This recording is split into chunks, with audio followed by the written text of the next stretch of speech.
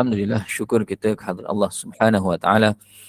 Dengan limpah dan kurnianya pada pagi ini kita dapat bersama-sama kita melafazkan istighfar kita, memohon keampunan kepada Allah Subhanahu Wa Taala dan kita mengharapkan agar kita dijadikan sebagai insan yang setiap hari mampu melafazkan istighfar kita dan diterima segala keampunan yang kita pohonkan kepada Allah Subhanahu Wa Taala. Dan Alhamdulillah pada pagi ini juga kita telah bersama-sama berselawat ke atas junjungan baginda Nabi Muhammad sallallahu alaihi wasallam. Kita juga telah menunaikan kewajipan kita untuk membacakan ayat-ayat suci Al-Quran. Kita telah melaksanakan kewajipan kita untuk kita mendoakan kebaikan sesama kita, untuk ahli keluarga kita sama ada yang telah terlebih dahulu meninggalkan kita ataupun yang masih lagi bersama-sama dengan kita. Dalam masa yang sama kita mendoakan kebaikan, keafiatan, kita mendoakan agar sahabat-sahabat kita yang diuji diberikan jalan keluar, dan inilah tuntutan sebenarnya yang telah kita lakukan pada waktu ini. Kita juga telah memuji kebesaran Allah Subhanahu Wa Taala dengan lafaz-lafaz zikir, tahlil dan sebagainya. Alhamdulillah, syukur kehadrat Allah Subhanahu Wa Taala. Apa yang kita lakukan pada pagi ini adalah dengan dikatakan sebagai biiznillah. Inilah keizinan daripada Allah Subhanahu Wa Taala. Dalam keadaan ada kalanya kita diuji dengan pelbagai ujian, tetap kita istiqamah untuk mendekatkan diri kita kepada Allah Subhanahu Wa Taala. Dalam keadaan keafiatan kita yang mungkin diuji dengan kesihatan yang kurang memberangsangkan, kita masih lagi diberikan peluang dan juga ruang oleh Allah Subhanahu Wa Taala agar terus dekat dan semakin dekat dengan Allah Subhanahu Wa Taala. Alhamdulillahirabbil alamin. Alhamdulillah, semoga seluruh sahabat-sahabat berada dalam keadaan keafiatan yang terbaik, dalam keadaan keceriaan yang terbaik, dalam keadaan kita senantiasa berada dalam keberkatan dan perlindungan Allah Subhanahu Wa Taala, insya-Allah.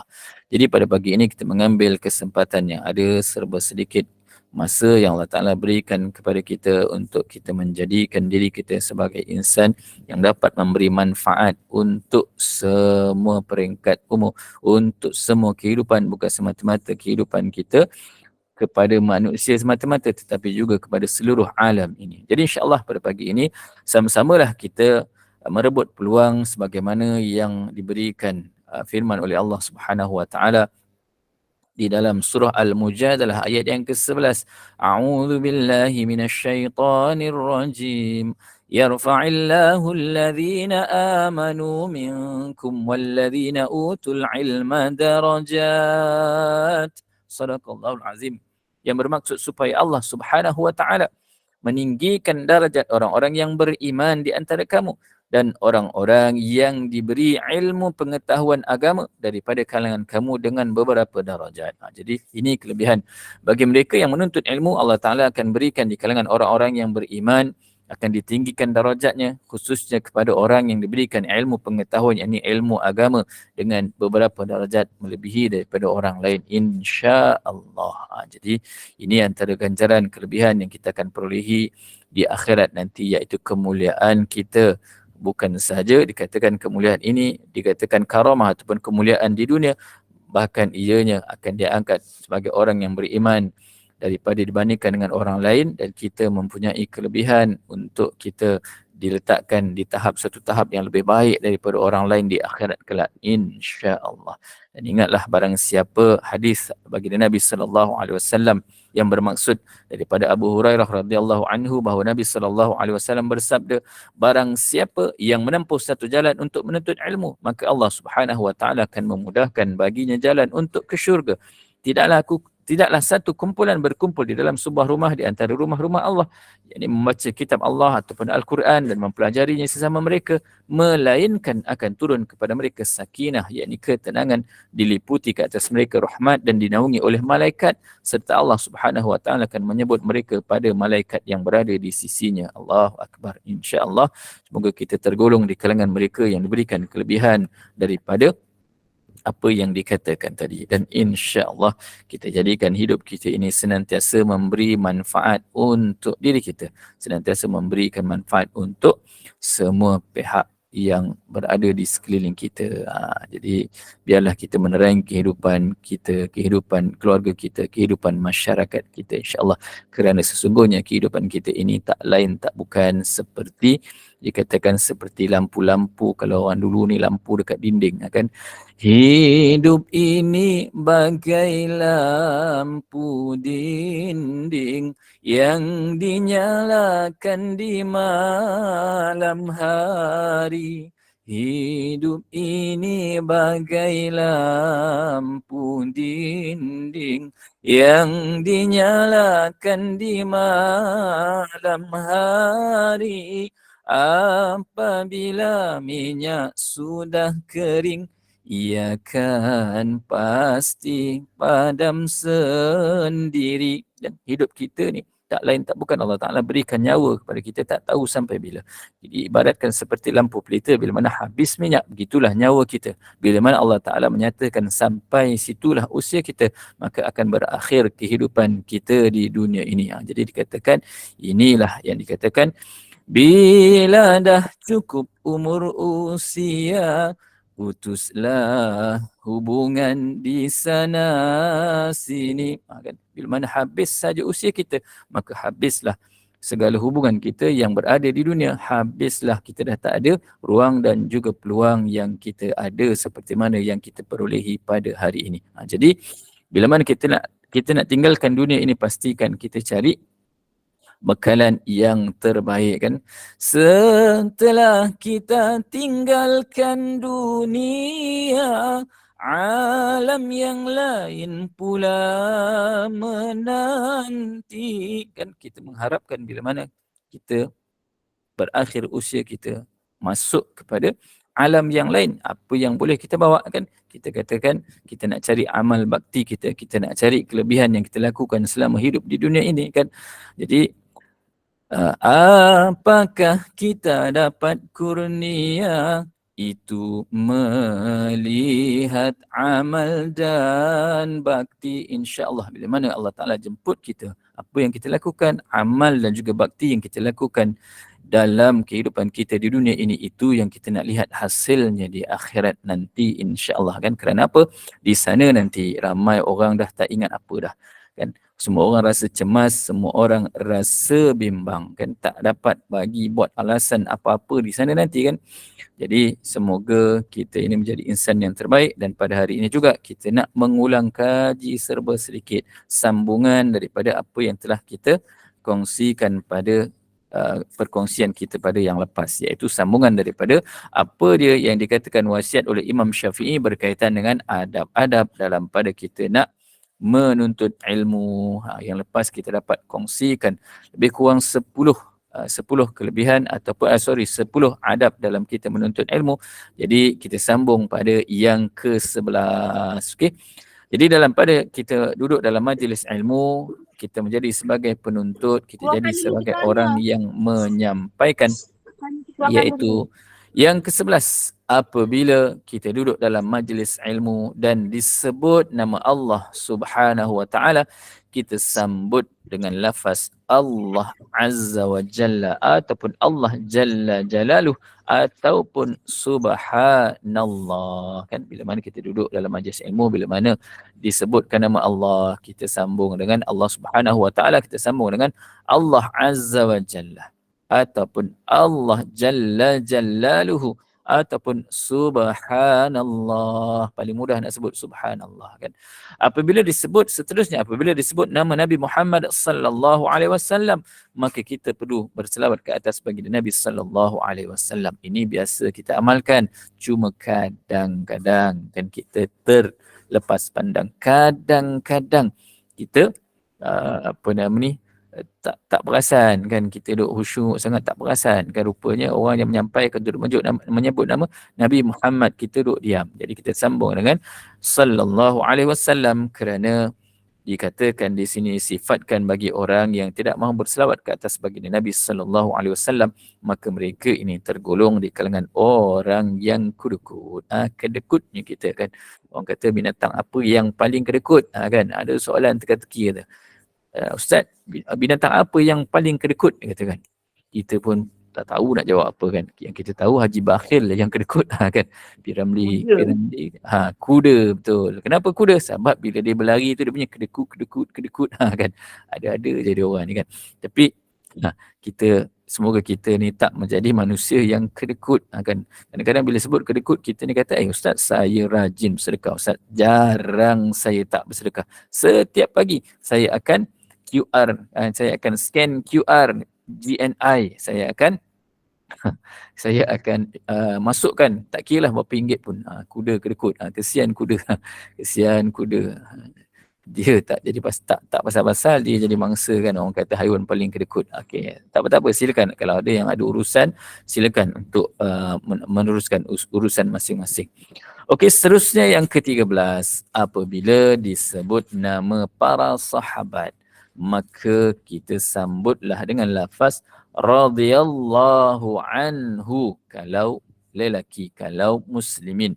Sekiranya wanita ataupun muslimat, maka kita sambut dengan lafaz radhiyallahu anha.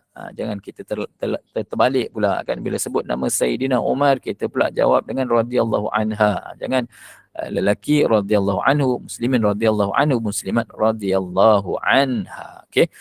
Apabila disebut nama orang-orang alim, contoh kita katakan Imam Syafi'i, kan, maka kita sambut dengan rahmatullah alaih, kan, semoga Allah Subhanahu wa taala memberikan rahmatnya kepada orang alim tersebut. Ni kita ingatlah, kan, kalau Allah Subhanahu wa taala disambut Subhanahu wa taala, Allah Azza wa Jalla, Allah Jalla Jallaluhu, subhanallah. Nabi Muhammad sallallahu alaihi wasallam, mudah kita nak ingat, dan para sahabat radhiyallahu anhu ataupun radhiyallahu anha, bila disebut nama orang-orang alim, rahmatullah alaihi, ini adabnya, kan.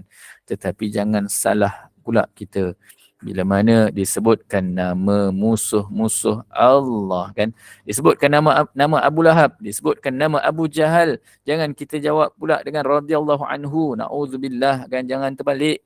Bila disebut kan Abu Jahal, bila disebut Abu Lahab, jawablah, kita sambutlah dengan la'natullah alaih, semoga Allah Subhanahu wa taala melaknatkan orang tersebut. Ini dua orang ni nama paling popular, kan, paling popular, Abu Lahab dan juga Abu Jahal dalam peperangan Badar, diketuai oleh Abu Lahab.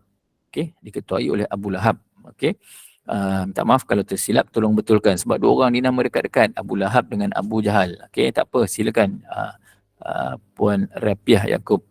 Okey, disebutkan dua nama, Abu Lahab dan juga Abu Jahal. Kalau saya tersilap, tolong betulkan. Kan, dalam peperangan Badar, tentera musyrikin Mekah diketuai oleh Abu Lahab. Okey, jadi matinya Abu Lahab dalam keadaan dibunuh oleh anak-anak muda, yang mana saya pun tak ingat nama dua orang anak muda ni, tapi nak bagi tahunya dua orang anak muda ni adalah orang yang masih dalam usia belia, usia remaja. Dia mencari Abu Lahab dalam keadaan peperangan, orang ramai, dikepungnya Abu Lahab ini oleh tentera-tentera Quraisy agar tentera muslimin tak dapat menyusup masuk untuk membunuh beliau, untuk membunuh untuk membunuh Abu Lahab. Tetapi dua orang tentera Islam ini di kalangan yang muda ditanya, yang mana satu Abu Lahab?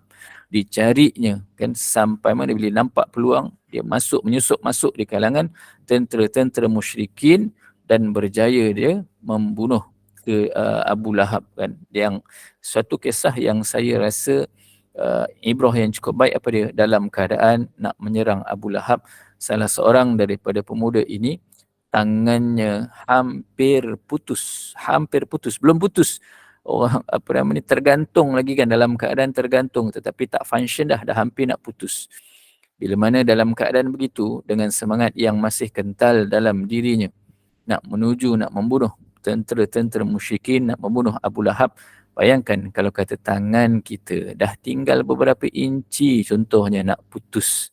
Kalau kita agak-agak nak maju lagi ke tidak, kan, kita kena pisau potong bawang menjerit kita, kan, menjerit kita, kena tangan kita kena pisau potong bawang. Mau 3-4 hari, kan, MC tak boleh memasak, kan. Jadi itu kita berbeza dengan tentera Islam yang nak membunuh Abu Lahab. Bila mana dalam keadaan tangannya hampir putus, dipijaknya tangan yang nak putus tu kemudian ditariknya tangan tersebut setelah dipijak kan, ditariknya supaya putus tangan tu terus. Sebab apa? Nak bergerak ke medan pertempuran dengan tangan yang tergantung, terbuai-buai, tak ada function, mengganggu dan juga menyusahkan mereka. Sanggup diputuskan terus demi nak meneruskan perjuangan. Allahu Akbar. Tentera-tentera Islam pada waktu itu, bila mana seseorang diberikan panji-panji, kan, pegang tangan kanan, diputuskan tangan kanannya oleh musuh, diambil dengan tangan kiri. Dalam keadaan tangan kirinya pula diputuskan oleh musuh menggunakan kakinya, kan, menggunakan mulutnya. Jadi kita lihat bagaimana kehebatan para sahabat radhiyallahu anhum, yang mana mereka ini memang mempunyai semangat yang kuat kerana dalam diri mereka cita-cita tertinggi mereka tak lain tak bukan adalah syahid di jalan Allah. Allahu Akbar, hebat ni mereka kan. Sekarang ni kita risau kan, anak-anak muda pada waktu itu mereka ini dengan semangat juang yang tinggi. Berbeza dengan anak-anak muda pada waktu ini, saya cukup risau bila kita tengok anak-anak muda sekarang kan. Ramai saya kenal anak-anak muda, bila saya tanya malam buat apa kan, jawapan mereka, kami malam Ustaz balik sampai rumah mungkin 10, 11, 12 kami sambung Qiyamul Lail kan. Qiyamul Lail apa dia? Main game Ustaz sampai ke subuh. Lepas subuh baru kami tidur. Kan. Lepas subuh tak bermakna mereka solat subuh. Ini masalahnya kan. Tak bermakna bila saya tanyakan mereka, kamu ni semua gaji banyak, cukup tak setiap bulan? Jawapan mereka habis begitu saja. Saya tanyakan, buat apa? Kami main snooker, Ustaz. Tak salah nak main snooker, silakan main snooker. Yang jadi masalah bila mereka kata, kan saya kata, main snooker takkan sampai habis gaji 1,500, 2,000 anak-anak muda ni kan. Kami main snooker selalu kalah Ustaz. Apa persoalannya kamu selalu kalah?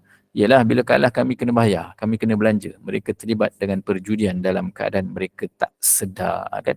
Perjudian ni cukup mudah kan. Main badminton contohnya kan. Ini kena pesan dengan anak-anak kita. Kita kena pesan dengan ahli keluarga kita. Contoh main badminton. Okay? Awal-awal dia deal dah. Siapa kalah tolong belanja makan. Itu juga suatu perjudian. Kan. Masuk pertandingan memancing. Pertandingan memancing tu contoh bayar RM50, duit RM50 itu dijadikan sebagai hadiah, juga satu perjudian. Main bola sepak, kejohanan bola sepak dan sebagainya, bayar yuran satu pasukan RM100, duit RM100 itu dijadikan sebagai hadiah, maka dia juga terlibat sebagai perjudian. Jadi hati-hati. Jadi saya risau anak-anak muda ni bila saya tengok begitulah. Nanti bangun tengah hari, bangun pukul 2, bangun pukul 3, bangun-bangun baru nak sarapan. Sarapan pukul apa? Pukul 4. Sabar je. Paling saya risau ialah bila saya tanyakan kenapa tak cukup, saya tanyakan solat ataupun tidak. Jawapannya kadang-kadang solat, selalu tak solat. Ini masalah. Allahu Akbar. Ini yang menjadi masalah kita ramai sangat dalam masyarakat kita. Ini yang selalu terjadi. Anak-anak muda memang telah berjaya dihanyutkan oleh musuh-musuh Islam dengan gadget, dengan media sosial dan sebagainya. Masa mereka banyak dihabiskan ke arah perkara yang tidak bermanfaat. Jadi hati-hati. Sebab apa? Itu yang kita risau anak-anak kita. Bila mana kita bangun tengah malam, bilik mereka nampak bercahaya. Kan kita duk ingat, Alhamdulillah anak kita bangun malam buat Qiyamul Lail. Kan bercahaya je. Kan rupa-rupanya mereka ni Qiyamul Lail. Kan mereka buat benda lain. Main game terutamanya sekarang ni. Risau. Saya kadang-kadang ada orang datang jumpa saya, anak-anak muda jumpa. Ada beberapa orang. Dia memang selalu follow. Saya pun tak pasti. Bila datang, saya ada kuliah maghrib, dia akan jumpa lepas isyak. Biasanya lepas isyak, Ustaz, saya nak tanya soalan. Kan, saya nak tanya soalan Ustaz. Macam mana kalau saya main game snooker secara online? Kan, siapa yang kalah akan kena bayar duit. Saya tanya duit tu duit yang betul ataupun tak betul. Dia kata duit tu duit tak betul Ustaz. Duit dalam internet, kata kalau setakat duit yang tak betul tu tak ada masalah sebab tak melibatkan kerugian. Okeylah, dia pun rasa okey. Cuma saya kata benda ni menuju ke arah perjudian. Kemudian minggu hadapan dia dah tanya lagi, Ustaz, saya ingat Ustaz, saya main game tu, sebelum saya nak main game, Saya nak main tu saya kena bayar untuk dapatkan, contoh nak dapatkan duit dalam tu lah. Jadi bila mana saya kalah nak top up pergi next level, saya kena bayar pula. Jadi saya kata kalau dah begitu maknanya anda terlibat dalam perjudian dalam keadaan tak sengaja, dalam keadaan tak perasan, bukan tak sengaja, tak perasan, dan kita tak tahu bahawa itu juga melibatkan perjudian.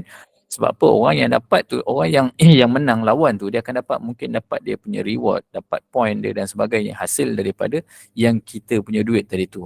Jadi hati-hati. Hati-hati. Tapi budak ni memang bagus. Semalam dia jumpa dengan saya, Ustaz, saya nak tanya Ustaz satu soalan. Saya memang kalau dia datang, dia senyum dengan saya dah agak dah mesti ada soalan. Dia tanya saya satu soalan yang saya pun nak menjawab dalam keadaan terpaksa berhemah dan berhikmah. Macam mana Ustaz?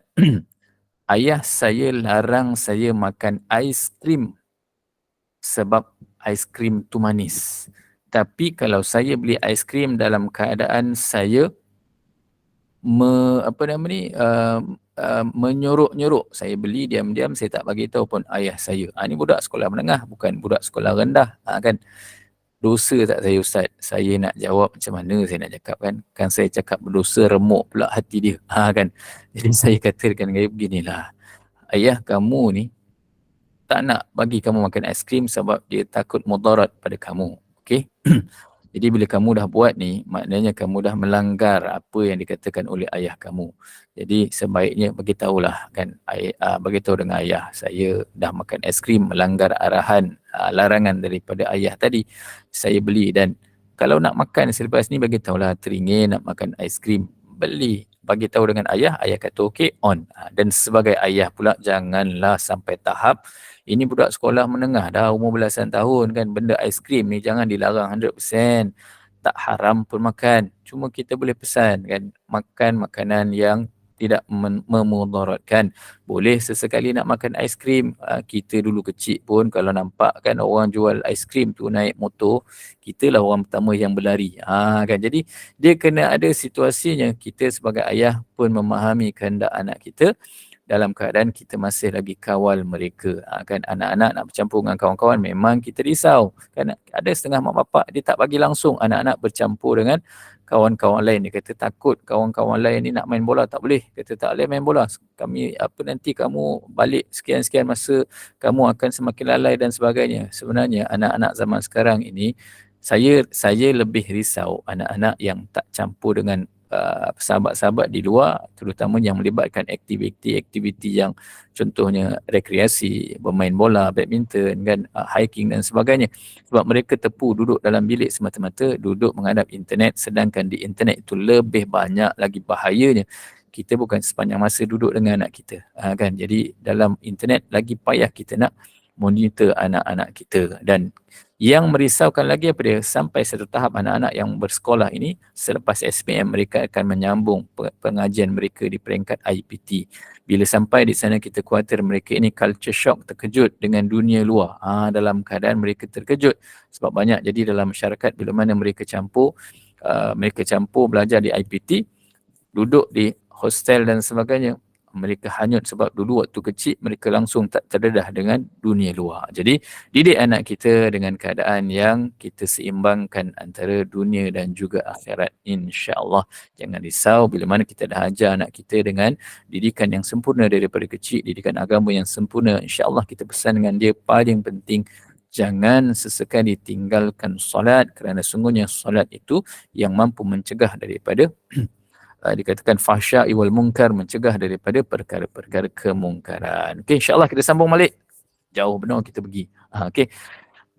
Seterusnya yang ke-16, apabila kita mendengar tentang syurga yang disampaikan oleh orang yang menyampaikan dalam majlis ilmu, maka kita patut merasa gembira apabila disebut ataupun diceritakan tentang syurga, dan di situ juga kita mengharapkan agar kita lah yang terpilih untuk masuk ke dalam syurga Allah.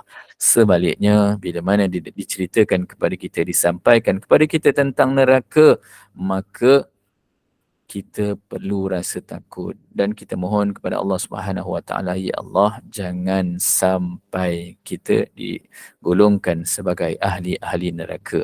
Jadi sebaik-baiknya begitulah kan. Sekurang-kurangnya kita ni kadang-kadang ada orang cerita kita tentang syurga, tentang neraka, kita tak rasa apa pun. Cerita syurga kita pun macam tu, cerita neraka kita pun begitu juga, tak ada bezanya. Jadi bila mana ada perasaan begini, kita cuba paksa diri kita cuba masukkan diri kita dalam apa yang dikongsikan, biar kita feel, kita dapat rasakan bahawa syurga itu satu nikmat yang cukup besar, gembira buat mereka yang masuk ke dalam syurga, dan kita mengharapkan kita lah yang akan dimasukkan ke dalam syurga. Itu yang menyebabkan kita gembira. Bila mana cerita tentang neraka, kita bayangkan sekiranya kita dimasukkan dalam neraka Allah, na'udzubillahi min zalik, maka cukup besar penyiksaan untuk diri kita. Jadi semoga kita akan menjadikan syurga dan neraka sebagai ceritakan kepada kita tentang syurga sebagai kekuatan untuk kita melipat gandakan amal-amal kita, insya-Allah. Yang ke-17, sekiranya kita duduk dalam majlis ilmu, jangan sesekali kita mengganggu perjalanan majlis, seperti mana orang menyampai kat depan, dia duk sibuk juga berbual-bual, kan, cerita dengan kawan sampai mengganggu penceramah. Sebenarnya ini memang suatu perkara yang kalau kita jadi sebagai penceramah, kita menjadi sebagai pentazkirah, kita menjadi sebagai pentausiah, kita jadi sebagai penyampai ucapan dan sebagainya, kita rasa memang tak seronok. Kan, tengok kita bercakap, yang di belakang bercakap. Kita duk bercakap, yang di belakang duk berborak. Memang kita rasa Allah, kan, kadang-kadang sampai tahap, kan, kalau kata dalam majlis ilmu yang situasi ruangan yang kecil pula, kita nampak semua orang, kita duduk bercerita, dia duduk bercerita, rasa macam waktu tu juga kita nak kata cukup sampai di sini kuliah kita pada hari ini, saya tangguhkan dengan tasbih kafarah dan surah wal-as. Kadang-kadang sampai tahap gitu dah. Kan, kita geram, kita duduk menyampai bagai nak rak, kan, kawan duduk bercerita, maklumlah kawan tu pula baru balik daripada bercuti, kawan tu pula baru balik daripada umrah, dia tak sabar nak cerita dengan kawan, seronoknya pergi umrah, cerita dengan kawan dia yang belum pergi lagi, dia seronok nak cerita, dapat masuk ke dalam sampai ke makam baginda Nabi SAW, dia teruja nak cerita keseronokan yang ada tu, niatnya baik supaya kawan ni yang tak pergi-pergi lagi, walaupun dah ada kemampuan, kan, duit dalam bank beratus-ratus ribu, tapi tak nak pergi juga. Tujuan dia tu baik, tapi cara dan juga tempatnya tak sesuai. Begitu juga bila mana kita datang dalam majlis ilmu, dah datang lambat, jangan kita duk sibuk pula nak salam tawaf semua kawan-kawan yang ada. Sabar je lah, 40 orang ditawaf seorang-seorang, Assalamualaikum, siap bagi salam seorang-seorang, Assalamualaikum, Assalamualaikum, Assalamualaikum, 40 orang. Kan. Jadi bila dalam keadaan kita datang lambat, duduk dalam majlis ilmu, duduk di mana tempat yang ada, duduk nak salam-salam yang kanan dan kiri saja, cukup dah. Kan, ini adabnya. Okey. Yang ke-18, bila mana kita menghadiri majlis ilmu adalah lebih baik daripada, kita kena tahu bahawa bila mana kita menghadiri majlis ta'lim, majlis ilmu adalah lebih baik daripada kita melakukan ibadah-ibadah sunat yang dilakukan bersendirian. Okey. Bila mana kita datang ke masjid dan mendapati majlis ta'lim sedang berlangsung, kita digalakkan untuk duduk dalam majlis ta'lim itu. Jangan kita duduk sibuk juga nak buat amal-amal sendiri. Kan, datang-datang mengaji Quran. Allah, kan, amalan tu seorang-seorang dia buat. Maka duduk dalam majlis ilmu itu lebih baik daripada kita membaca Quran. Duduk dalam majlis ilmu itu lebih baik daripada kita berzikir berseorangan. Duduk dalam majlis ilmu itu lebih baik daripada kita solat sunat secara bersendirian. Maka duduk sahaja pun, duduk dapat pahala, dapat ganjaran, kan. Dah duduk, lepas duduk dia tidur dalam majlis ilmu pun dapat pahala ganjaran. Ya Allah, tidur dapat pahala. Lebih baik daripada orang yang melakukan solat sunat contohnya. Kan, tadi jangan niat daripada rumah saja aku datang ke masjid nak dengar majlis ilmu dan aku nak tidur dalam majlis ilmu. Ini jangan sesekali dibuat, niat daripada rumah, nawai tu dah. Kan, elakkanlah begitu niat kita ni datang kerana Allah Subhanahu Wa Taala. Tetapi kalau tertidur itu rezeki bagi mereka yang duduk dalam majlis ilmu, kerana sesungguhnya itulah pembuktian bahawa majlis ilmu itu adalah majlis yang penuh dengan sakinah, kan, ketenangan. Yang ke-19, iaitu ta'zim bil qalbi, iaitu memuliakan dan membesarkan majlis di dalam hati. Kita rasa majlis ni bagus sungguh, kita rasa majlis ni suatu majlis yang cukup bermakna buat kita, majlis ini mampu mendidik hati kita, maknanya kita memuliakan dan membesarkan majlis ilmu di dalam hati kita. Yang ke-20 apa dia? Tasdiq wa yaqin, iaitu membenarkan dan meyakini, percaya segala apa yang didengari. Maksudnya bila mana kita duduk dalam majlis ilmu yang menyampaikan, memang kita tahu yang disampaikan ini perkara-perkara yang benar. Jangan pula kita duduk nak membengkeng je kerjanya kan, sebab apa, tak kena dengan diri kita kan. Ustaz menyampaikan perkara-perkara yang memang betul dah, kita pula nak bengkeng. Jadi kita kena membenarkan, tasdik wa yakin, kita tasdik, kita membenarkan dan kita yakin apa yang disampaikan itu adalah perkara-perkara yang benar. Yang ke-12, ini yang perlu kita tanamkan. Kan tak ramai orang ada niat ataupun adab yang ke-21, iaitu tabligh wa amal. Tabligh apa dia? Tabligh ialah menyampaikan, wa amal, dan kita beramal. Ada yang nak tanya? Kalau ada yang nak tanya, type je di situ. Kalau saya rasa saya sempat jawab, saya jawab. Saya boleh jawab, saya jawab. Okey. Silakan, siapa nak tanya boleh type dalam kita punya ruangan chat tu. Okey. Yang ke-21 yang terakhir, iaitu tabligh wa amal, iaitu mempunyai niat. Kita kena tanam niat dalam diri kita. Bila mana kita duduk dalam majlis ilmu, apa yang kita perolehi, kita niat nak sampaikan pada orang lain. Okey. Nak sampaikan. Waalaikumsalam warahmatullahi wabarakatuh. Silakan teruskan soalan tu. Okey. Ada masa 4 minit insya-Allah. Kita niat yang pertama untuk menyampaikan ilmu tersebut. Macam pagi ni kita dapat dah kan, sekurang-kurangnya kita ada lebih kurang 10 ataupun 11 poin kita kan. Kemudian yang ke-20 yang terakhir, selain daripada kita menyampaikan dan kita niat untuk mengamalkan ilmu yang kita dengari tersebut. Itu mempunyai niat mahu menyampaikan dan mengamalkan ilmu yang didengari. Ya, okey. InsyaAllah semoga memberi manfaat untuk kita bersama. Okey. Kalau kita masuk masjid, ada majlis ilmu, kita terus duduk dengar, tak perlu solat tahiyatul masjid. Okey, dalam perkara ini dia ada khilafnya jugalah. Okey.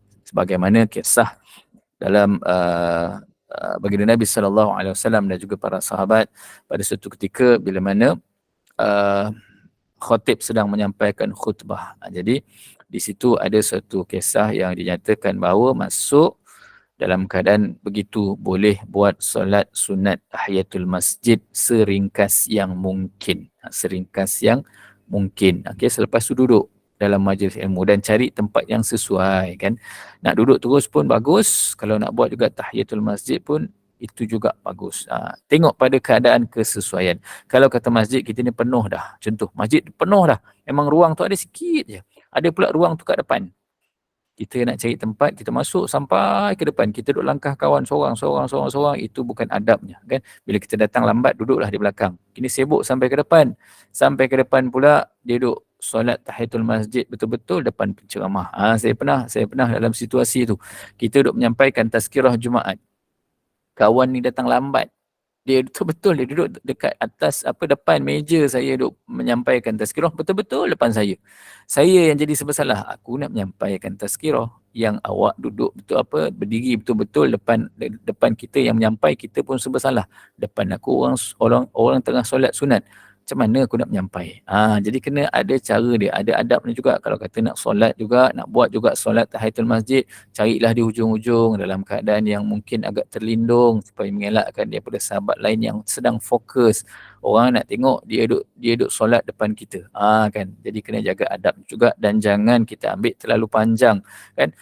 Kita ambil yang penting saja, yang yang menjadi rukun kan. Contoh kita masuk rakaat pertama, jangan baca surah Al-Baqarah pula, kan, baca yang paling pendek kan. Kemudian apa yang penting kan, kita kalau kata selama ni kita baca dengan Bismillahirrahmanirrahim. Kita bawa yang tempo yang begitu. Waktu dalam keadaan yang kita masa yang ada tu singkat, maka kita bacalah Bismillahirrahmanirrahim. Alhamdulillahirabbil alamin arrahmanirrahim maliki yaumiddin. Kena jaga juga adabnya. Okey, insya-Allah. Jadi saya rasa cukup setakat itu saja. Tepat jam 8. Jadi insya-Allah semoga apa yang disampaikan, perkongsian yang sedikit dan mungkin perkongsian yang memang kita dah faham dan kita dah maklum dah. Cuma ini sebagai peringatan, khususnya yang saya nak sampaikan adalah peringatan untuk diri saya sebenarnya. Sebab inilah peluang saya nak menyampaikan dan memberi peringatan untuk diri sendiri. Kalau kata saya pun kan tak menyampaikan, belum tentu saya mampu untuk memberikan peringatan bagi diri sendiri. Takkan saya nak bercakap seorang-seorang kan, duduk menghadap kitab, saya duduk baca sendiri kan. Tak jadi maknanya orang duk kata awak menyampaikan kepada siapa, untuk diri sendiri kan, pelik kan. Jadi inilah caranya untuk kita berkongsi. Saya sampaikan sebenarnya untuk mendidik hati saya, mengajar diri saya untuk mengamalkan apa yang disampaikan, lebih-lebih lagi sebab saya menyampaikan, telinga lebih dekat adalah telinga saya. Jadi insya-Allah kita saling doa mendoakan untuk kebaikan bersama. Semoga apa yang kita perolehi akan memberi manfaat. Kita niatkan untuk kita perolehi ilmu tersebut untuk kita beramal dan kita sampaikan kepada orang lain, insya-Allah. Wallahu a'lam bisawab. Mohon maaf atas segala kelemahan kekurangan sepanjang penyampaian. Setiap satu yang baik datang daripada Allah Taala, kelemahan adalah khilaf daripada diri saya sendiri. Saya serahkan kembali kepada puan admin untuk menutup majlis kita. Silakan. Ya, insya-Allah, alhamdulillah. Adakah Ustaz nak buka peluang ke soalan, satu dua soalan ke tak perlu ada Ustaz ada hal? Boleh juga kalau ada yang nak bertanya soalan. Mungkin kita buka satu atau dua soalan sebelum kita tutup kuliah. InsyaAllah soalan ada daripada para jemaah yang ingin ajukan soalan daripada apa yang Ustaz sampaikan sebentar tadi, silakan.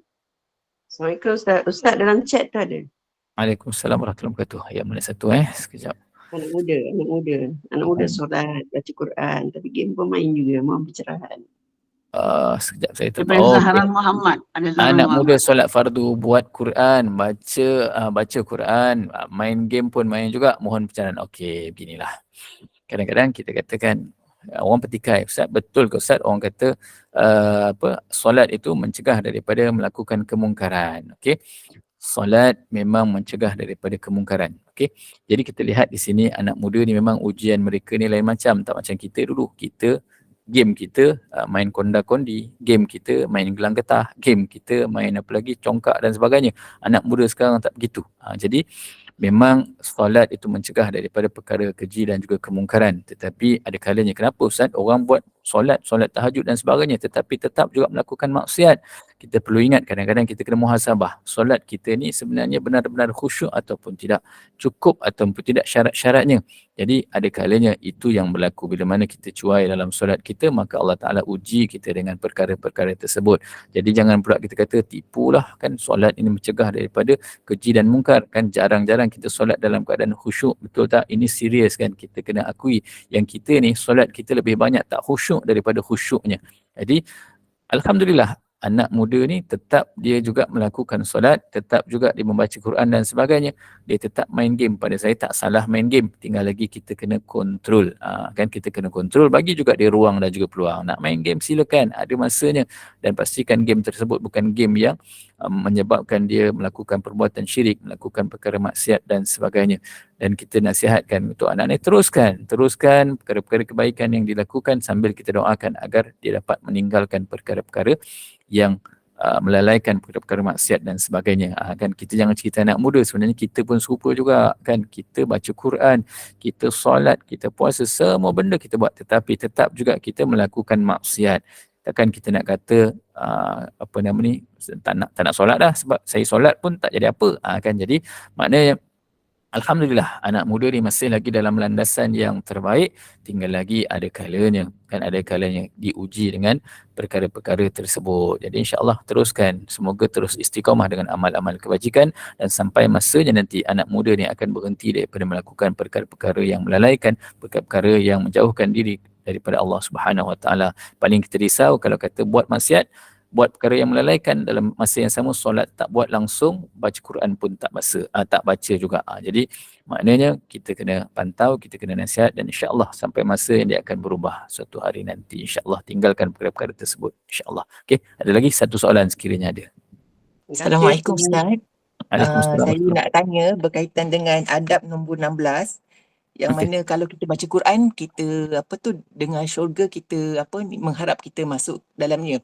Jadi macam saya kan tak faham bahasa Arab. Jadi kalau kita dah tahu makna, kita highlight kan, kalau bercakap tentang syurga tu warna merah, kalau cakap berkaitan dengan neraka warna warna hijau, atau sebaliknya. So boleh ke Ustaz? Terima kasih Ustaz. Maksudnya kita menandakan tadi tu boleh ataupun tidak, gitu maksudnya? Ya, dalam Al-Quran. Okey, tak ada masalah, tak ada masalah. Kadang-kadang setengah orang dia ada kekeliruan.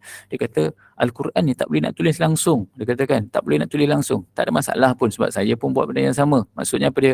Kadang-kadang bila kita mengaji, kita duduk dalam majlis ilmu, ada ustaz sampaikan, dia kata sampai ayat ni nanti kita kena baca astaghfirullah. Sampai ayat ni kita kena bertasbih. Kita nak tanda kat mana? So kita tandalah dekat sebelah tepi contohnya kan ada ruang-ruang kosong tu. Yang tak boleh tu bila ayat Quran tu yang kita ubah kan, yang tak bolehnya begitu.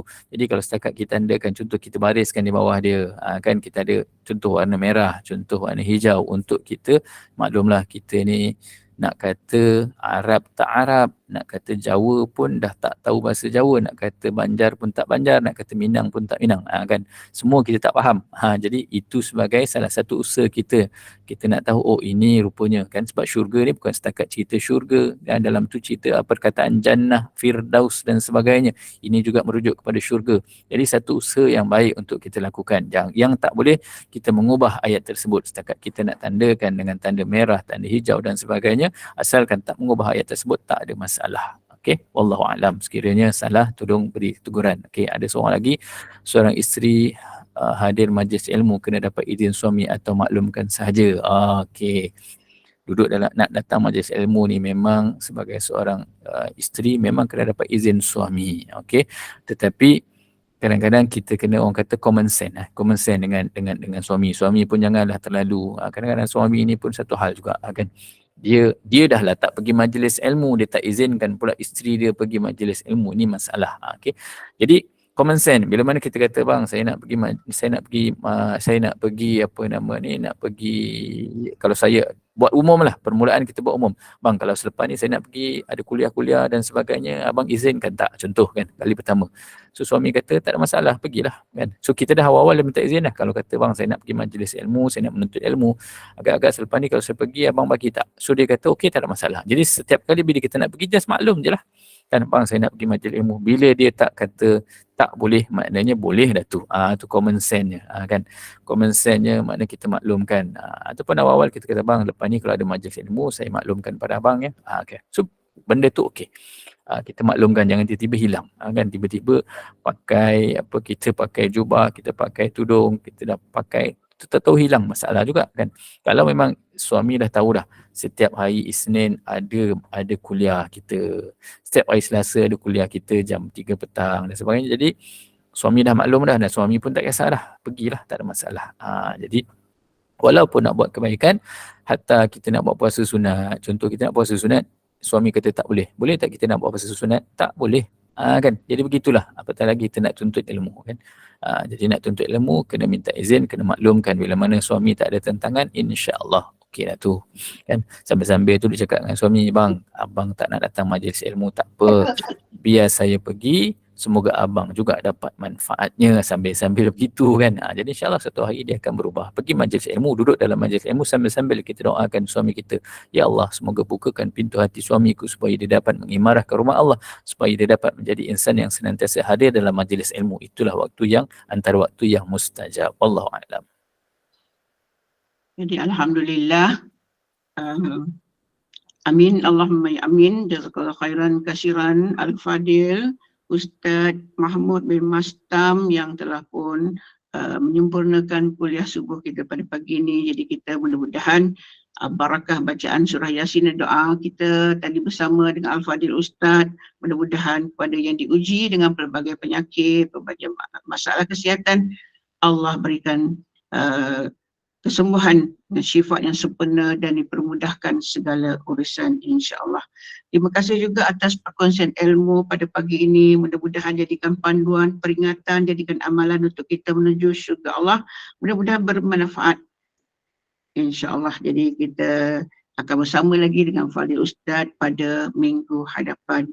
Dan untuk makluman para jemaah yang dihormati sekalian, daurah solat yang kedua kita akan berlangsung malam esok. Jadi jangan lupa pertemuan kita bersama dengan Al-Fadil Ustaz Dr. Ahmad Musyidi bin Mustafa, di mana kita telah pun selesai daurah solat yang pertama pada 10 hari bulan yang lalu jadi 17, hari bulan ni kita ada lagi daurah solat yang kedua dan daurah solat yang ketiga pada 24 Januari. Jadi jangan lupa temu janji pada pukul 8.30 pagi untuk setiap Rabu sehingga 24 hari bulan nanti, iaitu 8.30 malam hingga pukul 10 malam bersama dengan Al-Fadhil Ustaz. Mudah-mudahan kita dapat mantapkan lagi ilmu tentang solat, tingkatkan keimanan, ketakwaan kita kepada Allah Subhanahu wa Ta'ala. Dan Gembanur Iman tidak lupa merakamkan jutaan terima kasih kepada para peinfak yang terus menyalurkan infak bagi membolehkan Gembanur Iman menyediakan kelas-kelas yang lebih, kuliah-kuliah yang lebih bermanfaat untuk kita semua, insya-Allah. Terima kasih kepada tim Gembanur Iman, terima kasih kepada para jemaah yang dihormati sekalian. Dan sebagai penutup tirai bagi kuliah subuh kita sekali lagi dipersilakan Yang Berbahagia Al-Fadhil Ustaz Mahmud bin Mastam untuk menutup kuliah dengan tasbih, kafarah dan surah Al-As. Dan sebelum itu saya wakili tim Gembanur Iman memohon maaf atas segala kekurangan dan kekhilafan sepanjang majlis berlangsung, dan saya sudahi kuliah dengan wabillahi taufik. Wassalamualaikum warahmatullahi wabarakatuh. أعوذ بالله من الشيطان الرجيم بسم الله الرحمن الرحيم سبحانك اللهم وبحمدك أشهد أن لا إله إلا أنت أستغفرك وأتوب إليك بسم الله الرحمن الرحيم والعصر إن الإنسان لفي خسر إلا الذين آمنوا وعملوا الصالحات وتواصوا بالحق وتواصوا بالصبر. صدق الله العظيم. Sekian, Assalamualaikum warahmatullahi wabarakatuh.